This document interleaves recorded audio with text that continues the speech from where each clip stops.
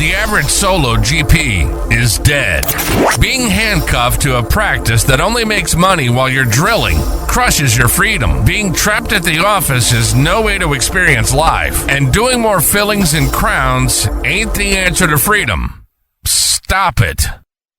Freedom comes when your practice makes money without you. Freedom is choosing how many days and how you dental. Ready to forge your freedom? Then keep listening to become a super GP and super CEO. This is the Titanium Practice Podcast with your host, Dr. Stephen Freeman. Let's go. Hello, all you beautiful people, and welcome back to another episode of the Titanium Practice Podcast. I am your personal freedom coach and host, Dr. Stephen Freeman. Thanks so much for hanging out with me today. So, we got Florida weather happening right now, which normally should be sunny, warm. And it's funny because when I grew up outside of Chicago, I remember at one point telling my wife, I was like, if it never got below 40 degrees, I'd be just as pleased as I could possibly be.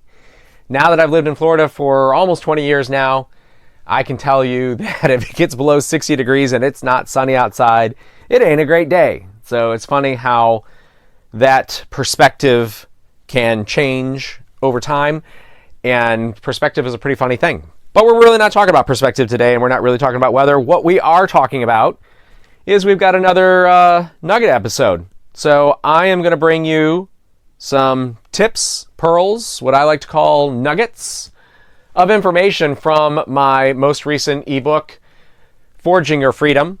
I'd encourage you to go right now, download it if you haven't already, just so that you could read over it. But these are some of the highlights and tips from that book, and those are also highlighted in the book as well, so you can find them pretty easily.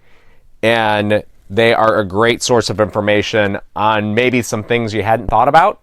Maybe you've never heard them before. Today, I'm probably going to be focusing more on ones that you have heard before, but it's still a great way to potentially get your feet wet. We're going to be talking about the implants today, and this won't hit all of them, but I'm going to focus on the very beginning, and we'll get to the rest of it in other future podcasts here. But what I'm really kind of looking at is I want to see everyone get into the implant game. I've said before that I kicked, screamed, didn't want to do implants. I was scared of them. I was afraid of putting them into the sinus, which, by the way, I've taken thousands upon tens of thousands of cone beams at this time. And I can tell you pretty much any implant in the molar region has some type of communication into the sinus. And studies have actually shown that it doesn't actually make a difference if you do that or not. And actually all you really need to put into your notes is that you were trying to achieve bicortical stabilization when you were putting that implant in. But if you don't do that, and something goes awry, then maybe you can get yourself in a little bit of trouble. Just put that in your notes. And if you've got a computer, just put it in your auto notes and say, trying to achieve bicortical stabilization with implant if it's near the sinus at all. And that's it. It's like your ticket to get out of jail free card. It's wonderful. But at the same time, obviously, if we can try to avoid it, we can. But again, one of the things you can see on a cone beam is when there's infection in the sinus, or if the sinus is really hating something. And I don't think I have seen an implant yet when they were probably trying to do a sinus lift at the same time of doing an implant of having any kind of infection associated with it. I've probably seen one, but again, I've looked at thousands and thousands of these in the maxillary molar site, and they don't care. And it makes sense because it's a sterile piece of metal that you're putting up there. There should be no reaction to it. It's kind of the whole point of using titanium. And so I'll say that right off the jump of just like, I was fearful of doing harm to the patient and doing something that I couldn't help out. I was fearful of putting an implant into a nerve. I was fearful of putting an implant into a tooth next to it. I was fearful of not knowing what it was going to feel like to place an implant. And I had my dad as my cheerleader, oral surgeon, cheering me on, telling me to do this. And so I'm going to do the same thing for all of you and say, you have to be doing this. It's easy to do. It is easy to do, okay? Now, that doesn't mean there aren't challenging ones out there. At the same time, you should be doing this. Your patients want you to be doing this. Your kids' college fund wants you to be doing this. So do it. It's pretty easy to do. So how are we going to get you in the game? How are we going to get you started doing this and believing me that these are pretty darn easy to do? And so where I start out in the book is talking about guided surgery. Oh man, just if you're scared about getting into the game, just do it guided. Because when you do it guided, it's brainless. It is absolutely brainless to do. And it is just a great way to actually get a feel for how bone feels differently than tooth. You get into doing it, you get the feel for it. There's definitely a feel in placing implants.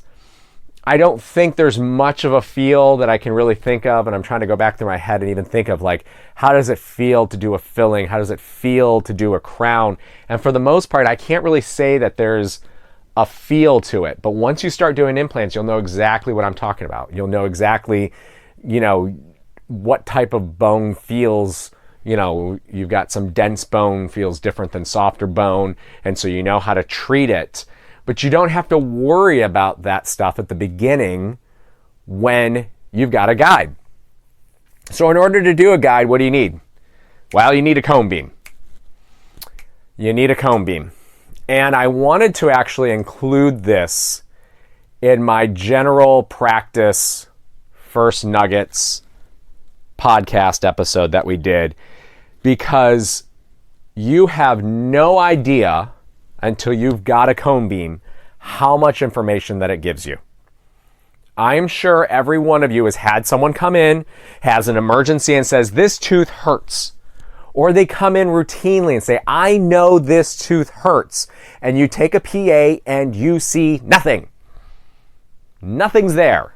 It drives you insane because you want to help the person. That's why you started doing this in the first place. You wanted to help the person. You want to be able to get them out of pain. You wanted to fix the problem. You don't want to be a medical doctor that just simply signs a prescription and sends the patient on the way. You want to fix the problem. But if you can't see what the problem is, you can't fix the problem. So how do you see the problem? A cone beam.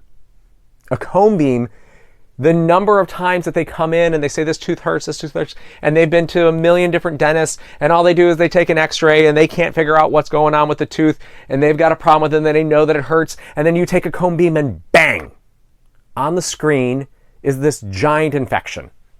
I couldn't see it on my PA either. And now you can go back and look and be like, oh, there's the outline of it. But you don't know it until you can see it. It's amazing. It is absolutely amazing. The way we do it in my practice is I just give them away for free. I don't even mess with it. I don't want to mess with finding out if the insurance is going to pay for it. I don't want to mess around to find out if the patient's okay paying for it, because I know from experience now of the fact that I know that I'm going to be able to help this patient and I'm going to be able to get revenue out of the deal as well, because we know we're going to find the problem. So it helps the patient and it helps us, and it speeds the whole thing up. It just moves the process along and makes it significantly more efficient, and you'll be able to see problems you had no idea were there before. Because you know what's going to happen is almost assuredly you're going to take a cone beam of the mouth, you're going to look at that tooth, and if you're smart then, you'll take your little view box. So all of them come with their own software, but they all generally work about the same. And they got this, you'll be able to move a view box around something that basically looks like a pan, and it'll give you different cross sections of wherever that view box is sitting. And what you start to do is, if you look at that tooth and you say, holy cow, look at that gigantic infection associated with that tooth, it's fractured and it needs to come out, You take that view box and you go look at other teeth and you're like, uh-oh, we've got 2 or 3 other teeth to talk about too. You'd be amazed at the number of root canal treated teeth that just have massive lesions around them. Massive. I'm not talking about scar tissue at the apical portion of the tooth. I'm talking completely encapsulating the tooth. It is crazy the amount of information we get from this. And it is not currently the standard of care to place an implant with a cone beam. I think it absolutely will be someday, and I absolutely think it should be. But my dad placed implants for decades and never had a cone beam. He just simply used a little ball bearing that you put down in the lip, take a comb, take a normal pan, and then you basically just do some measuring and math and off you go. So you can do it that way. You can. And that's the way I started. I said, if dear old dad will do it that way, I can do it too. And it worked. And it worked. My biggest problem is that I had is I remember going in one day. John was the patient, and we were actually going to do a fixed bridge on top of him for implants, all on X, whatever you want to call it. And I remember looking in his mouth, and we had his models. We'd done the whole workup because we were going to do a conversion denture for him the same day, and I was all excited. I think this is one of my first ones. It was definitely towards the beginning. It wasn't definitely my first one, but it was one of the first ones we did. And I looked in his mouth, I looked at the models, just this giant ridge, just, bigger than your thumb. And I knew this was going to be pretty straightforward. I was excited to do it. I got him numbed up, and I flapped him from stem to stern. And as I'm pulling the tissue back, I'm like, where's the bone? Where's the bone? Where's the bone? Where's the bone? Where's the bone? He had just a knife edge ridge from stem to stern. And my heart sank. It just sank when it happened because we had done all this lead up work. We had done, I numbed a patient and put a giant incision to his mouth. And I knew right then and there that I was not going to be able to do that surgery. I was not going to be able to place the implants. John was a great guy, very nice guy. He wasn't mad about it at all. He was just disappointed he wasn't going to be able to get a fixed bridge. And what he needed really was more block grafting to be done first and then come back. And that is not what this course or what the book is about or what we're going to be talking about doing right now, which you absolutely can do. But I didn't know how to do that stuff at the time. I eventually learned how to do it, and I could have helped John when I got more skilled, but that was a number of years later by the time I had actually acquired that information. Then I lost touch with John, so we never did it. So I hope he ended up getting it. But my point to that was, and I don't encourage you at all to be starting with doing all on X procedures. Please walk before you can run. But my point is I was sure, absolutely sure, this guy had an enormous amount of bone to be working with. And a great way to be getting your feet wet with doing all on X. And then I looked and saw he had no bone at all. And so that was the moment that I decided that I was going to buy a cone beam because I never ever wanted to be caught off guard again from doing it. I wanted to know what I was dealing with before I ever laid my hands on the patient. So that was it. That day I bought a cone beam. And so when I bought it, it was like $120,000 plus tax, and I always love the freight where it's like $5,000 for freight. It was like, really? Did it really cost $5,000 to ship this thing here? And for a fact it didn't, but such is life. So today you can get them for a fraction of that price. And a lot of these places that sell used radiograph equipment, from just a normal tube head to these things, they're very reputable. So I'd encourage you to go find them, do your research on them, but there's a lot of good ones out there, and you can get these things for $35,000 now, which is less than what I paid for my digital pan when I first opened my office 16, 17 years ago at this point in time. So That's an absolute home run. When you put that onto a payment plan, it is literally pennies on the dollar for what you're going to learn and what you're going to be able to do for these patients, especially if you want to start doing endo, which again, you can learn how to do with our Forging Your Freedom book at titaniumpractice.com.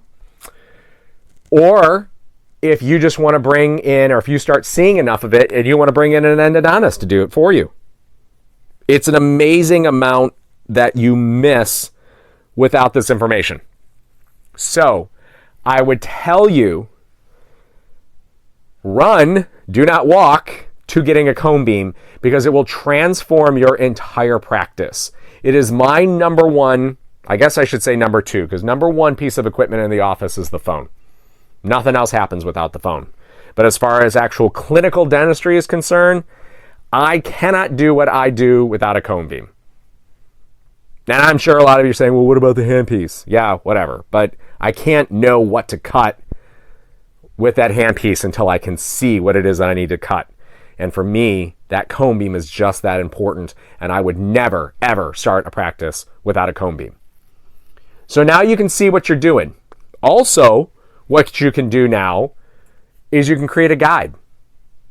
Create a guide. So your guide is just like it sounds. So if you've never seen them before, and you probably have, but it's just this plastic tray that's going to go over the top of the teeth, and it's been set up specifically for your implant system. So there's a little, what you're going to want to get is what's called a keyless system. There are keyed systems out there, and they are a pain in the ass. Please do not get a keyed system. Get a keyless system. And I think most of the implant companies out there are doing that these days. But I was very disappointed to find out that when I first started, like the first guide I ordered for Zimmer was a keyed guide. And I'm like, what is this crap? You have to hold like this wand, which is the key, or it looks almost like a wrench that you're holding in place, and then you have your other hand you got the drill on it. Well, when you're trying to hold the lip out of the way and trying to see the angulation, it's terrible. It's just terrible. I was so angry that whole surgery, and I was like, what is this piece of crap that you sold me? And I immediately got then, I don't think Zimmer's keyless kit came out until a couple of years later. So make sure you have a keyless kit. They all work about the same. There's a lot of crossover with some of these implant systems. So for the longest time, I actually was placing MIS implants for a long time. And theirs was actually, then I went back and got their guide kit to place my Zimmer implants. And it's not an exact size correlation between the two of them, but enough of it that it actually worked very, very well. And it was keyless, and so it just made things so easy to do. So basically you put this thing that looks like a night guard with a hole in it, and it snaps over the top of the teeth. And if it doesn't snap on the teeth, then it wasn't made correctly, and you got a problem. So the first thing you would do when you bring the patient back for that appointment for the placement of the implant, try the guide in first, please. 99% of the time they're going to fit, but God, if you get them numbed up and the thing doesn't fit, you look like a schmuck. So don't look like a schmuck. Try the thing in before you get them numb. Make sure that it fits. And obviously your assistant can do that. Just stick it in the mouth. Make sure that it fits nicely. It has stops on it, little spots that should fit right over the top of the teeth. And so it should fit snugly over the top of the teeth. It should go to those stops and stop. And that's it. It fits perfectly. So from there then, you know it fits. You get them numb. When I numb for implants, and when I numb for anything, I never block. I haven't done a block in, I don't know, we'll say 7 years again. I don't know. It's probably been longer than that. I do not block. And we'll go into a couple more reasons why for that in the future. But honestly, all I do is you're going to be doing a tissue punch here. So again, if you don't know what a tissue punch is just a cylinder. And you just run it at like 1,000 RPM, and you just put it through your key for into the guide, and you're going to plug a tissue out. And it would be nice if it worked out exactly that way. But all you're doing is I use each of your systems will come with a particular sized tissue punch, But I just literally go right to the spot where we're going to be punching and place a little bit of anesthetic. Just a touch. It barely gets down to that first line on the anesthetic cartridge, and that's all you need. That's it. That's all you need. Real quick pinch. That's it. It's great. So then you put the guide back in, run your handpiece, punch the tissue, and then it would be amazing if you got there a little plug of tissue out every time, and you're probably not. But then what I do is I take the guide back out and I put the punch back into the mouth, into the spot, and you got to push hard. You push hard and warn the patient you're going to do that because they don't like it, especially when it's on the bottom. But just warn them, hey, I'm going to push real hard real quick. You push real hard, and you should now have scored this thing down enough to the bone that you can grab a quick periosteal and pop the plug out. That's it. Now you're looking at bone. And then your system will have the steps. And if you're only doing a premolar or an anterior tooth, you may only run 3 drills into this thing. And you need to run them a little bit slower than you would if you were freehanding this. And the reason for that is because the glue holding the little cylinder in that you'll see you can overheat that glue and cause that little ring to come out. And all of a sudden your guide's absolutely useless. So I tend to run them more at like 650 RPM and make sure your irrigation is on. And make sure your irrigation is on when you tissue punch as well, because you can do the same thing. You don't want to overheat that glue and cause that little ring to pop out. When I normally tissue punch, if I'm freehanding, I don't run the water. And it's not that big of a deal, but there's almost always a national shortage for this water these days, and it's crazy. So it's not even a cost thing. It's just the less you can use, awesome, that you don't have to order it as often and find out that it's on back order. So you punch it, and you're going to just run the drills up there into it. And it's idiot proof. You cannot put it sideways, or wrong ways, sideways, whatever ways you want to call it. It's got to go up and down, or else you're not going to be able to go to your depth. So I use Implant Concierge to help make my guides. They're about $305, so they're pretty expensive. We'll get into it again in another time, and it'll be another podcast, but I am getting a 3D printer, and I'm super excited about it. And it will bring the cost down to have someone else design it, but me print it, it's going to be about $100. So that's pretty cool, of the fact that I'll be able to bring down the price $200 for these guides. But they do a nice job, and then you'll have a quick phone call with them to say, hey, what do you think about this position? You want a more buccal, lingual, whatever. The ladies there are very knowledgeable, very knowledgeable. Can't recommend them highly enough. It is a tad expensive. I wish it was a little cheaper than that. And you pay per site. So it's like $300 for one site. Then if you want another site, it's another like $20 or something like that. I don't remember the exact numbers. But the point is the bulk of it is just going to be one site anyway. So add on as many as you want. But I will not place more than 2 implants in an arch without a guide. I always guide them if I'm going to do more than 2 implants in an arch. And I am, honestly, even when I wrote the book, I wasn't as big of a fan as guide is, and I am now becoming a much bigger fan of it. Why not? Because of the cost of the patient? Well, I mean, we want these things to go in exactly where they're supposed to be. And if you can basically turn yourself into a robot and place this thing, you're doing the best thing for the patient. So why not do the best thing for the patient? But you got to have a cone beam to do it. And then you've got to talk to the patient about doing it. Okay? So right now, a lot of the insurance companies don't have a great reimbursement for this. And so we do an extra lab cost, which you're allowed to do, but you have to present it to the patient. You have to tell them it's above and beyond their insurance fee, and they have to sign off of it on the treatment plan. But we normally charge about $500 for a guide. But the reimbursement from the insurance is typically closer $50, $100, because I think what they're trying to get coverage for is just making a suck down on a model. This is not a suck down on a model. This is rigid. It's a very robust system to make sure that your implant is going exactly where it needs to go. If you do a suck down on a model as your guide, there's too much wiggle room. There's way too much wiggle room doing it. I understand why some people do that. I think those are an utter waste of time, in my opinion. If you're going to guide it, do it right, and you will crush it. And then you will get a feeling of how these feel of putting them into place. And you may never want to go away from that. But the vast, vast majority of mine, I freehand. But I'm coming back around again to where I started. Of just, why not? It's the best thing for the patient. Guide it. Great. So let's guide it. Let's put it in, pay a little bit extra, and off we go. But that would be the way I'd encourage you to get into placing implants, is to just simply guide these into place. It's so easy to do. And you're welcome to practice on whatever you'd like to do. Go buy a bone from the store and just have any old guide made or whatever and just try seeing how it feels. But there's nothing that's going to tell you truly how it feels until you actually do it on a patient. And if you use a guide, you're not going to mess it up because you have done all of your homework and your prep on that phone call with Implant Concierge. Because we have now put it into the exact spot that it's supposed to go.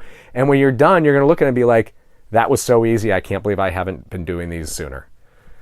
And that is where freedom comes from. All of a sudden, now you're going to, if you guide it, honestly, guided ones take me a little bit longer to do than freehanding them. But you will be doing those in about 10 minutes. You'll be placing an implant in about 10 minutes because there's just not that many things to do. Because when you freehand it, your first drill is your most important. So you got to nail your pilot. Just absolutely nail it. And if you nail your pilot, then it's boom, boom, boom. But taking that guide in and out sometimes takes a little bit of time if that's what you end up doing it, if you give the patient a break or things like that. But you can absolutely do a guided implant in 10 minutes without thinking twice about it because of the fact you've already done your homework. And that phone call of about 10 or 15 minutes with the people at Implant Concierge, you've done your homework. You've done your setting up of your pilot drill, and that pilot is the most important part about doing your implant. And then you just go to depth because there's a stop on it. And that little ring stops you from going any further. And you go bang, bang, bang, and that's it, and you're done. And you've done an implant, and that portion of it just for the actual implant is about $2,000 in a fraction of the time that it took you to do a Class 2 composite or even a crown. Because hell, your assistant's going to take a half hour making the temporary for a crown anyways. Wouldn't it be nice to have an implant done and out the door? We still schedule an hour for it. And it drives me nuts because I know I can do them faster. We used to schedule it for less amount of time. But we schedule it for an hour just to make sure they don't have any questions and talk to them and blah, blah, blah, blah, blah. But absolutely, as far as your time being in the room, it's going to be about 10 minutes because you're numbing one little spot. That tissue numbs almost instantly. You already know the guide fits before you walk in. Bang, bang, bang, implants in, take your x-ray, get them out the door. That's it. That's all you need to do. Okay? So those are just some quick nuggets for you on getting started with implants, of what you can expect with the guide, what you should do with the guide, how you should use the guide, things like that. And I hope you do venture on over to titaniumpractice.com to get your copy of Forging Your Freedom. And that's all I got for you today, okay? Thank you so much for joining me, and I am truly dedicated to your freedom. So if you need anything, please reach out to us at titaniumpractice.com. And I look forward to talking to you guys again on another podcast, all right? Have a great day. Thanks. Bye. You've been listening to the Titanium Practice Podcast with your host, Dr. Stephen Freeman. Please hit the like and subscribe button and follow us on Instagram, Facebook, and YouTube at Titanium Practice. Questions or comments? Send an email to info@titaniumpractice.com. Join us next time to help turn your average practice into a titanium practice.